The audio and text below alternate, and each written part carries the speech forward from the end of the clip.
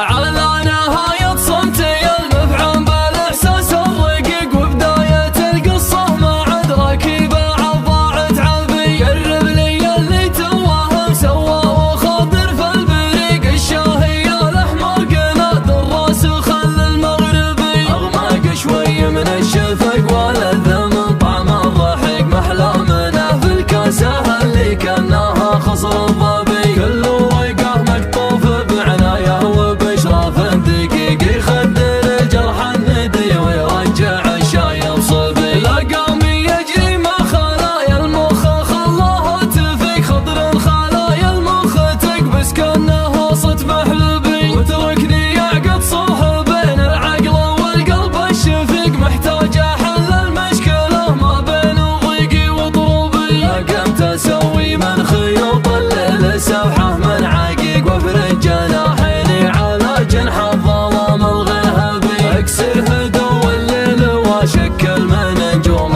فريق، هذا سماي وذي جماهيري وهذا ملعبي. واصوات حسادي لا زادت لا تضر ولا تعيق، بالعكس شفني واثق ومبسوط ومستشربي. انا ماني برخي اسبوعي كل موحة النعيق، حر النظر عيني بعيد وصيدتي في مخلبي. مع اني الليلة ما بحالي من العالم رفيق، الناس فيهم ناس واجد صابهم شر وبي. لا خابت الهقوات ما يبقى لها الدنيا بريق، وانطابت الهقوات صارت مثل سيف التغلبي. اللي تمرجح كل عام مرة عدو مرة صديق، مذهبك هذا والله انه ما يناسب مذهبي. تاويل ما لم تستطع صبره ما هو بامر عميق، انا ادري انك فاهم الموضوع ومسوي غبي. هذا فراق